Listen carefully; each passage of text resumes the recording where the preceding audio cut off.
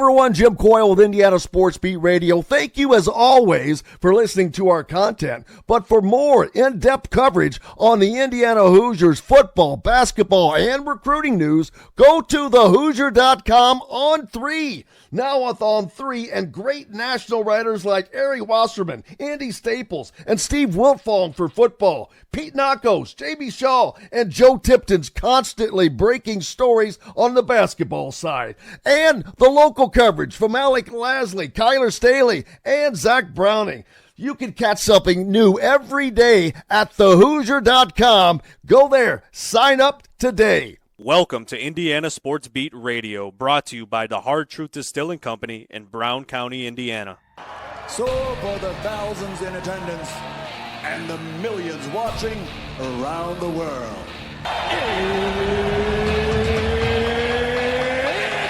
time! 3 on the way. Oh! It went in! It went in! And Indiana wins the ball game! Know your role and shut your mouth, you jabroni! Float game for the win! Ayler's gone! Goodbye, touchdown, Indy! Woo! IU! America! They got a football team now! It's pretty simple. I win. Google me. You know that I'm the cream of the crop. Now, from the Hard Truth Studios, here's Jim Coyle.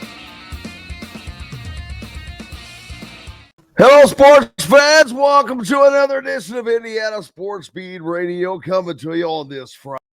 Welcome back to the Hard Truth Distilling Company Studios. Jim Coyle with you as always, and joined by Alec Lasley from thehoosier.com on 3. Hey, make sure you go to thehoosier.com. They've got a special right now, just hooked up with On 3, and the content has been off the chain.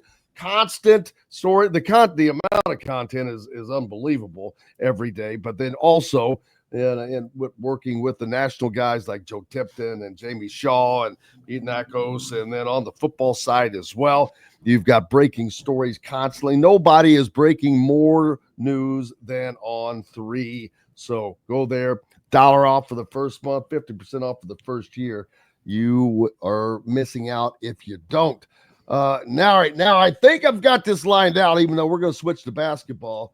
I think I've got Coach Sig right where I want him, Alec. Was Charlie Becker.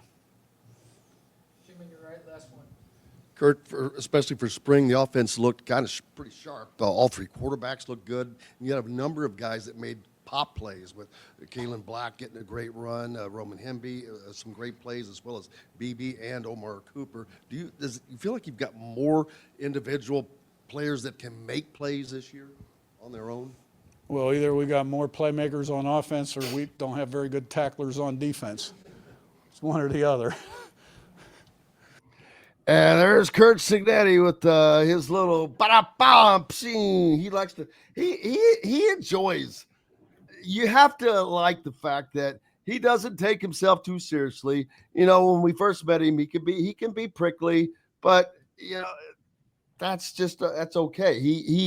He doesn't treat the media badly per se, and his press conferences you never know what he's going to say.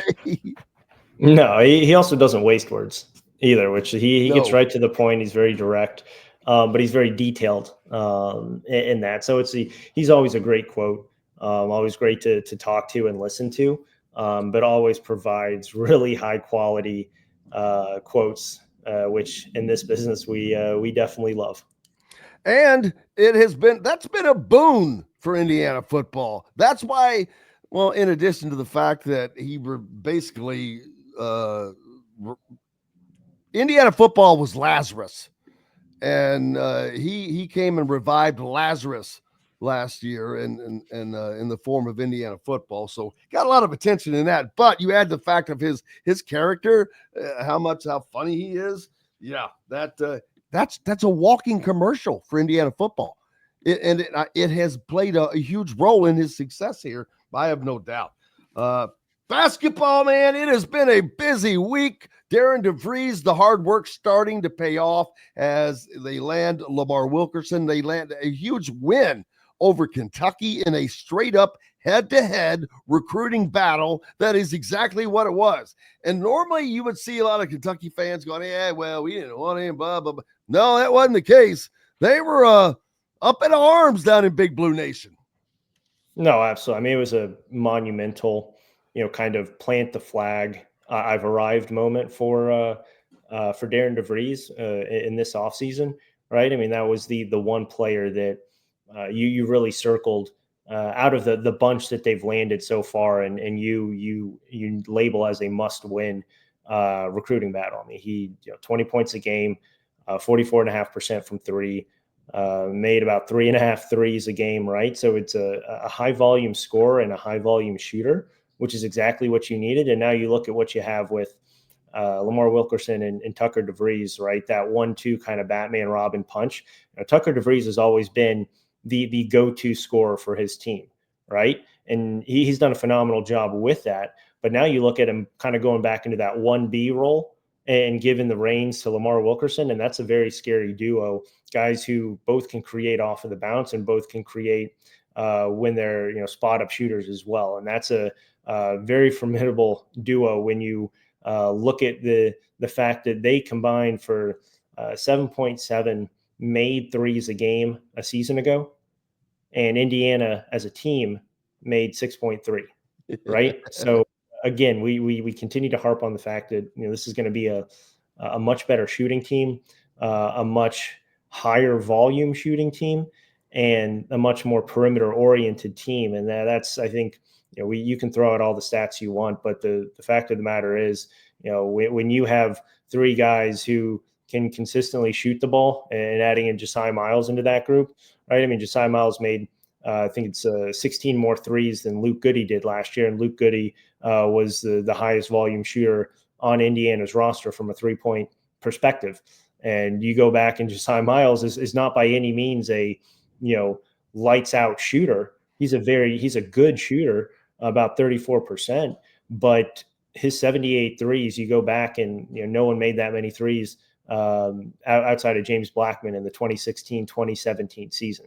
And that's going to be, at this point, right, your third best shooter.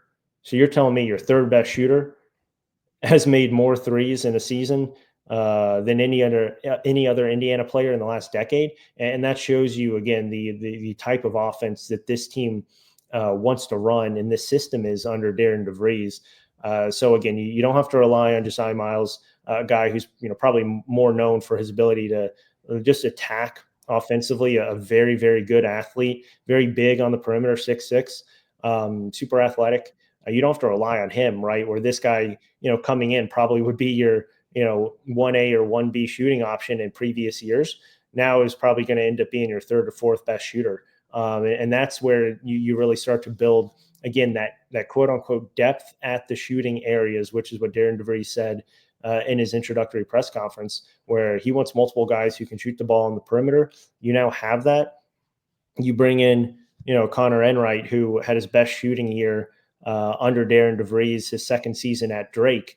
And now you have four guys who can really shoot the ball in different areas on the floor. But Darren DeVries wanted to build this team around shooting, toughness, and playmaking. You now have three guys above a 25% assist rate. You add in Reed Bailey to that, right? A guy who averaged almost 4 assists a game as a hybrid forward. Both his assists a game and his assist rate would have been second on Indiana's roster last year. And that's not a low volume. Then you add in the fact that Tatum Conaway and Connor Enright had above a 35% assist rate.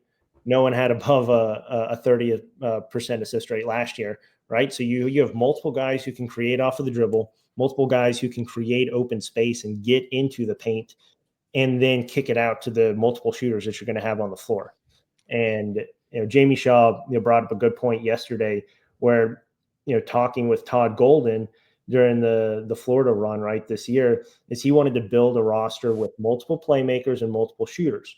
Right, that's easy to say, not always easy to do, but you're now really starting to see a month into the day, right? March 18th was when Darren DeVries was introduced. It's now 30 days in, and it's very easy for coaches to say what their vision is, It's not always easy for that vision to become a reality, but with the well, again, we're going to just have to get them over the hump. Yeah. So again, it's easy to say, where you want your team to be, but 30 days in, you now have a clear identity of this team, and it's exactly what he said he was going to do, and fill it with playmakers, shot creators, versatility, toughness, and he's done, exactly that with the 6 guys that he is obviously bringing into to Bloomington next year, with still obviously work to do. By no means is this a finished roster. By no means is this a roster where you can kind of sit back and let things play out. But now you've hit on kind of all your key skill sets that you need. Now it's about finding the rim protector and putting in the depth pieces that surround the really quality core that you have already. Any names that potentially might be dropping for that? Yeah, I mean, we'll see, right? I mean, we still have 4 days before the portal shuts down, which, again, you don't have to commit in 4 days. You just have to enter the portal. We saw some big names pop yesterday. You're going to probably see a few more in the next few days. So the thing with Indiana is they do not need to really push the limit on any of these guys at the moment. You still have a whole bunch of guys who are going through the NBA draft process who are going to in turn return to college, and you're probably going to have a couple high school recruitments open up. You see it all the time. Shelton Henderson from Duke just opened up his recruitment yesterday, I believe it was, right? So you're going to see more and more guys do that, because at the end of the day, that's when they're going to be at their peak demand, is at this point in the season, or at this point in the off season. So for Indiana, it's kind of sit back, let some of these other teams now overspend trying to finalize their roster. You get a couple guys maybe on a cheaper rate there coming in over the next couple of weeks, but you definitely need probably one more shooter on the perimeter, and then you need to finalize that front court with obviously a true rim protector, and then probably a kind of physical presence there in the paint as well. It's already going to be a much more relaxing summer for Indiana basketball fans, I think. And they can relax and expect that they're going to have good stuff. And football's going to be good. We are seriously on the precipice of potentially entering a phase that has never happened at Indiana. Don't want to put that cart before the horse just yet. We'll wait till that gets there, but I can possibly see that on the horizon. What is happening at thehoosier.com on 3?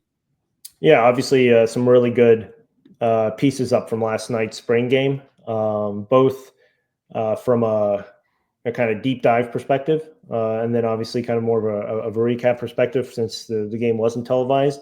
So a lot of really good analysis there, more stuff coming on individual players, some standouts that Kurt Signetti talked about, and obviously kind of doing we'll have a piece up later doing a deeper dive into how this roster for Indiana basketball has been constructed. And again, exactly what I talked about, kind of how the vision of Darian DeVries is actually becoming a true reality at the moment, and how this roster really does fit together with all the current pieces and what they still have obviously available for them in the coming weeks and months here before that roster is finalized.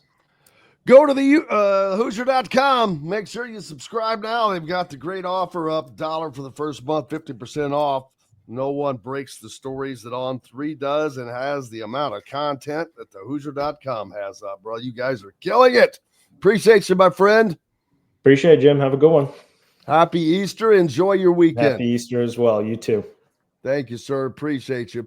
And appreciate each and every one of you. Could not do this without you. It has been a fun week. Guess what? We're back on Monday to do it again. I hope you go out, have yourselves an incredible day, safe, all of that. Until Monday, I'm Jim Coyle. I will see you on the radio. Thanks for listening to Indiana Sports Beat Radio. Be sure to subscribe to our YouTube page for more clips and team coverage of Indiana basketball, football, and more. You can also find full episodes and tons of other content on thehoosier.com. We'll see you next time for another edition of Indiana Sports Beat Radio.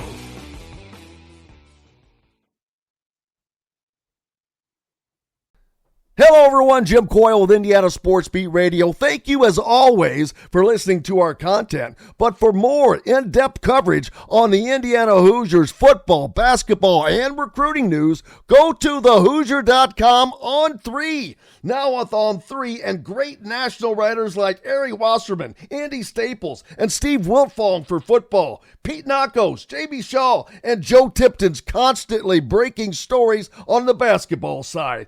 And the local coverage from Alec Lasley, Kyler Staley, and Zach Browning. You can catch something new every day at thehoosier.com. Go there, sign up today.